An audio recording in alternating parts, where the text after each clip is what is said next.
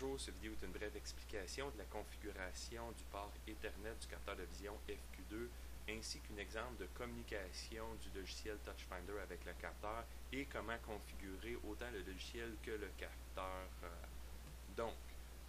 Sur le site web industriel pomrun.ca, sous le produit FQ2, si nous descendons en bas complètement dans l'onglet Download, nous retrouvons le logiciel Touchfinder-Simulator. Ce logiciel est autant le simulateur que le logiciel pour connecter à distance avec un PC sur le capteur. Donc, quand on lance le logiciel, nous avons deux choix, soit partir offline et faire de la simulation avec des photos que nous avons préalablement prises, ou connecter avec le capteur. Donc, si je vais à connecter avec le capteur, je vais débrancher connecter avec le capteur. Ça prend quelques secondes. Il tente de connecter avec un capteur que je n'ai pas de branché présentement. Donc, il me dit qu'il essaie, il ne réussit pas. Si je vais dans la liste des capteurs, nous avons le dernier capteur avec lequel on a branché. Si c'est la première fois, le logiciel, il n'y aura aucun capteur de listé à gauche. Et à droite, c'est l'adresse IP de notre ordinateur, de l'adaptateur que le logiciel a décidé d'utiliser pour connecter avec le capteur. Si l'adresse IP ici ne correspond pas avec la bonne carte Ethernet de votre PC, vous pouvez venir sélectionner l'adaptateur en bas à droite dans le petit bouton complètement à gauche. Nous rentrons dans un menu. Le menu s'appelle TF Setting, TF pour Touchfinder, qui est le nom du logiciel. Dans ce menu, on va trouver l'option Ethernet. Et dans l'option Ethernet, on dit c'est quoi les configurations d'adaptateur qui est utilisé présentement. Et si je viens cliquer sur IP adresse, nous allons avoir listé l'ensemble des cartes réseau de notre PC. Dans mon cas, j'ai seulement qu'une carte réseau, donc j'ai qu'un seul choix. Mais si vous aviez plusieurs cartes, ils vont apparaître.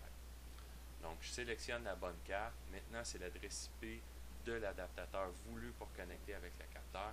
Et présentement, j'ai aucun capteur, même si je fais Update List, aucun capteur apparaît parce que mon capteur est présentement débranché. Donc, avant de brancher le capteur, je vais aller dans le manuel et parler des configurations par défaut. Dans le manuel, on dit que la méthode que la carte Ethernet, plutôt que le capteur utilise pour connecter via Ethernet, est le mode automatique. Le mode automatique veut dire que c'est le logiciel Touchfinder qui va forcer l'adresse IP à notre capteur. Cette méthode-là est très pratique pour le logiciel et se connecter facilement au capteur. Par contre, cette méthode n'est pas compatible si on veut connecter notre capteur à un PLC. Pour connecter un PLC, on doit avoir une adresse IP fixe et connue que l'on personnalise. Donc, dans 99% des applications, nous devons changer la méthode de communication de auto à fixe. Et quand elle est à fixe, venez porter l'adresse IP de notre capteur, le subnet mask et le gateway. Si nous sommes en mode automatique et le logiciel n'est pas présent sur le réseau, donc n'a pas forcé d'adresse IP, l'adresse IP par défaut sera le 10.5.500 et un subnet mask classé, ainsi que le default gateway à 10.5.5.7. Maintenant, ceci étant dit, mon capteur est présentement en méthode automatique, donc forcé automatiquement. Qu'est-ce que ça fait? C'est que ça utilise les trois premiers chiffres de mon adresse IP et le logiciel va tenter de mettre à la fin soit un 10, un 11 ou un 12 pour que ce soit une adresse compatible. Donc, si je branche maintenant mon capteur à mon réseau, là, il est branché, et je viens faire une mise à jour de ma liste, mon capteur maintenant apparaît. Comme de raison, comme je disais, les trois premiers chiffres sont les mêmes que celui de mon PC. Maintenant, pour prouver cette fonctionnalité, je vais aller dans la configuration de ma carte Ethernet et je vais changer l'adresse IP, changer le troisième chiffre pour le chiffre 1.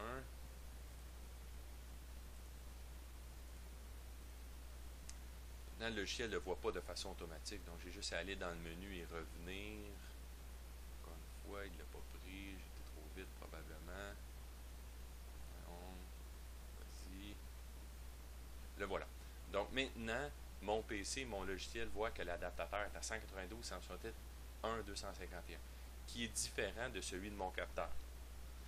Quand on part le logiciel la première fois, il prend la bonne adresse. Si on voit que ce n'est pas la bonne adresse et le capteur est en mode automatique, si seulement si le capteur est en mode automatique, dans le menu, en cliquant dessus, nous avons l'option Switch Sensor, veut dire se connecter à ce capteur.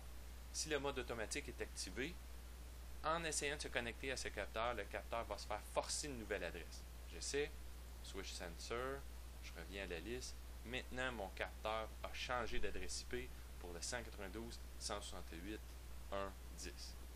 Si dans ma liste ici, la fonction Switch Sensor n'apparaît pas, l'option n'apparaît pas, ceci veut dire que le capteur n'est pas en mode automatique, est en mode fixe. L'option Switch Sensor apparaît seulement si le capteur est en mode auto.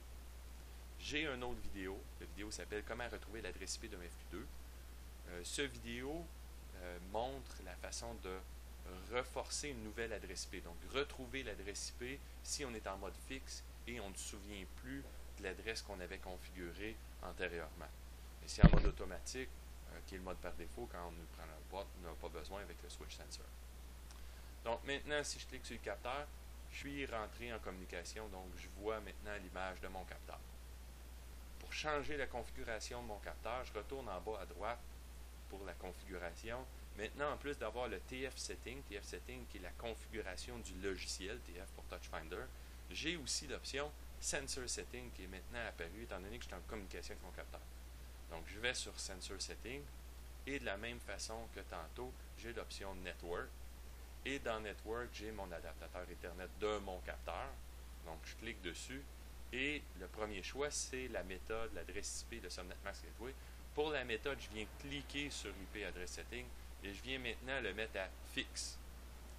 Une fois fixé, je peux cliquer aussi sur l'adresse IP et personnaliser l'adresse IP ainsi que personnaliser le Subnet Mask et le Default Gateway. Une fois la configuration changée, donc fixe encore une fois, c'est pour qu'il soit compatible à communiquer avec un automate, je dois cliquer OK. Bon, et j'ai un message qui me dit on doit redémarrer le capteur pour que les configurations soient prises. Je viens cliquer OK encore et je dois retourner, je fais 2 fois back pour retourner en mode de programmation pour qu'il fasse la sauvegarde. Une fois la sauvegarde faite, je peux débrancher et rebrancher mon capteur ou on peut faire de façon logicielle. On retourne dans le menu Sensor Setting et en dessous de l'option Network de tantôt, j'ai l'option Restart. Restart va tout simplement éteindre et rallumer le capteur de façon logicielle. Ne pas utiliser la fonction Initialize. Cette fonction-là, c'est pour remettre par défaut à l'état d'usine les configurations du capteur. Donc, c'est pas ça qu'on veut. On veut vraiment faire un restart. Donc, à partir d'ici, maintenant, la fonction fixe est configurée et nous pouvons parler à notre capteur. J'espère que cette vidéo va vous aider. Si vous avez des questions, contactez-moi sur HomeRunBiz.